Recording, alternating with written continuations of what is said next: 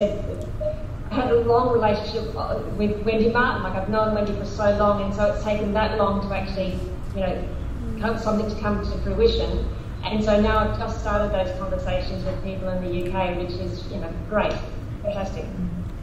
I think also one thing kind of beyond the artistic conversations that happened from people going to Unlimited was the choices that people made about the delegates that they took. So, I mean, in Australia, I think we all would think, yes, you would take presenters and you would take programmers and people who are working in the arts. But for example, Qatar took a representative from an oil company who they were actually looking to approach for funding, which we might think to be a little bit wrong in Australia, but in Qatar, that's the natural choice for a funder for their programs. And that funder is looking to put an overwhelming amount of money towards this disability and inclusion agenda.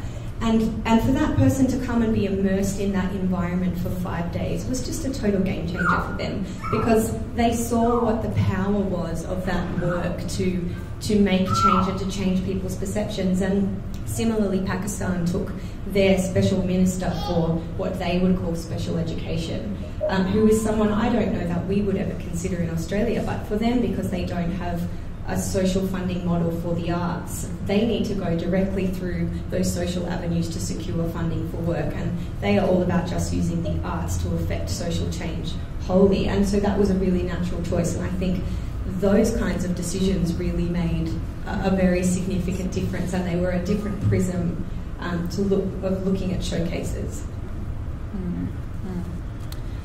Emma and Gail, just before we wrap up and move to the audience questions, any outcomes, connections that were interesting there? Yeah, I mean, way too many to mention in detail, but I guess, from my perspective,